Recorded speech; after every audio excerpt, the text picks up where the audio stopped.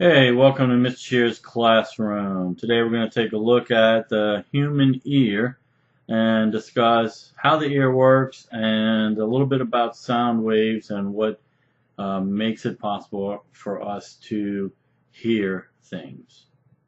So I labeled the slide as a human ear, but ears for other organisms and animals operate in a similar fashion. Hearing is one of our most important senses, yet arguably it's oftentimes taken for granted. In its basic form, hearing takes in vibrations from the environment and converts these vibrations into a neurological signal that travels from the ear to the brain for processing. Once it arrives at the brain, patterns are recognized, pitches and tones are analyzed, and the sequences of those sounds and how long they take place, the durations are noted, and all of which may or may not translate into some usable information. Your ears are responsible for your ability to hear and enjoy your favorite music, interpret sounds that indicate immediate danger or that require some action on your part, process communications from outside devices or other people, and finally, probably the most important from a human perspective, is that hearing has given early humans the ability to transfer knowledge from one generation to the next so as to preserve and build cultures worldwide over millennia. To understand how hearing and the human ear work, we first need to take a look at how sounds and waves work. Oftentimes, waves are symbolized as a series of curved lines or up and down ocean wave symbols, both of which don't accurately give us a sense of what's actually happening. Depending on your source, there are two different types of wave categories. We'll focus on classifying them into two categories: transverse waves and longitudinal waves. Transverse waves are the up and down waves that most people associate with the concept of waves. A common example is ocean waves, and the picture here shows three different waves and their interactions with each other, which is beyond the scope of this video. But you can see there the up and down waves kind of makes you think of an ocean wave. And what's happening is that energy is being transported across this wave in the direction of the wave. The size of the wave heights in this picture, we see the red peaks being the highest, indicate the amount of energy that's being transported across the wave. This type of wave, the transverse wave, includes surface waves, radio waves, microwaves, X-rays, and even the light rays shining down on us from the sun. What it doesn't include is sound waves. Sound waves fall into a category of waves called longitudinal waves, sometimes referred to as compressional waves.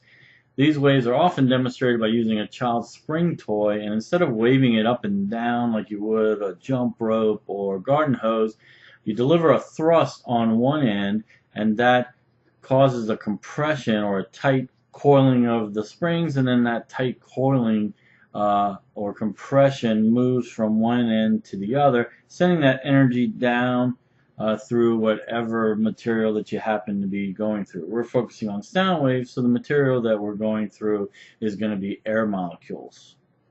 Sometimes you'll see sound waves illustrated like these, which show variations in amplitude or loudness. The higher peaks here are going to indicate when the sound level is high, and then the lower is a series of quiet parts of the sound wave.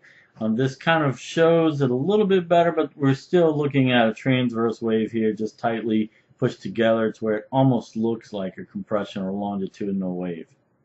A better way to think of sound waves is shown here. Imagine the lines representing the particles of air, the same gas molecules you're breathing right now. When sounds are made from vocal cords, musical instruments, or loudspeakers, these molecules of gas or vibrations move out in all directions for the most part until they strike a surface or run out of energy from all the rubbing against other gas particles along the way. That surface can be the ground, a wall, or your ear. In the picture there are three areas of compression where the lines are closer together. One's here in the beginning, one's in the middle, and then on the other end. You can kind of imagine if you clap 3 times, it might make a pattern similar to this. In reality, the vibrational patterns for the most sounds are much more intricate and complex, but this is a good starting point for understanding how sound vibrates through the air. Here we see an image of the ear and its components. In an effort to keep it simple, we'll focus on four main parts: the ear itself, the eardrum, a series of small bones, and an organ called the cochlea. The shape of the outer ear serves to channel sounds into the ear canal and to the eardrum. Animals with more evolved senses of hearing can orientate their ears in the direction of sounds to accurately locate the source. While humans lack that ability, we're still able to make general assumptions of a sound source due to volume differences between our two ears. Sounds on the left will obviously be louder to the left ear and vice versa. Upon being channeled into the ear, sound waves strike the eardrum. The eardrum is directly vibrated by the compressions in the sound waves and transfers these vibrations to a series of small bones in the middle ear. These three bones are considered to be the smallest bones in the human body and are called the malleus, incus, and staple. More commonly, they're referred to as the hammer, the anvil, and the stirrup from their Latin translations. These bones are attached with tough strands of ligament that you can see here, attached to the bones of the skull. Those ligaments allow each bone to vibrate and transfer the sound waves to the next structure called the cochlea. So the eardrum vibrates, stimulating the first bone, which stimulates the second bone, and onward to the third bone. This next structure is the cochlea, which we'll talk about next. The cochlea is the workhorse. Get it? Workhorse, hammer, anvil, stirrup. Okay, never mind. The cochlea is responsible for converting the vibrations of the sound waves into nerve impulses that will be sent to the brain. It's the translator from one language to another. Here we're talking about translating mechanical waves of moving air particles into electrochemical impulses traveling up a nerve fiber to the brain. The cochlea is a fluid-filled spiral similar to what you might imagine a snail shell looking like. It starts with a larger area here and then spirals around, getting smaller and smaller to the center. The inside of the cochlea is lined with tiny fragile hairs that connect to nerve receptors. When the stirrup bone wiggles the cochlea, it sends vibrations spiraling through the inside fluid of this structure. Those vibrations wiggle each hair that it reaches. This sets up a complex nerve pattern that the brain will use to determine the volume, the pitch or tone, and the duration of the sounds. The tiny hair in the cochlea are called cilia and are arranged in a repeating pattern throughout the spiral, snail-shaped tube. Over time, these cilia can become damaged and break off, causing the cochlea to no longer function with the same sensitivity as before.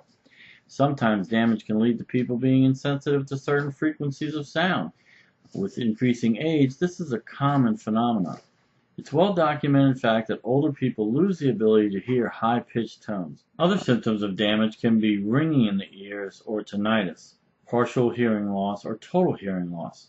This hearing loss occurs naturally but can be severely aggravated by exposure to loud sounds in the workplace, loud music from concerts or headphones, viral infections or disease, calcifications of those tiny bones we were talking about earlier, head trauma, and damage to the eardrum itself.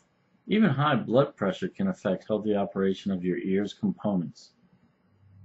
So hopefully this video has helped you gain a better understanding of how your ears work and the process of hearing in general. It's not something to take for granted, and given our society's drastically increased focus on media in recent decades, our sense of hearing will continue to play a critical role in human social interactions. A better understanding of its complexities in the future will hopefully ensure that we continue to make strides in hearing health, such as cochlear implants and middle ear implants. Thanks for watching, and don't forget to hit the subscribe button so you don't miss the next video. Then hit the thumbs up on the way out too. Questions and comments go below the video. See you next time. Thanks for watching.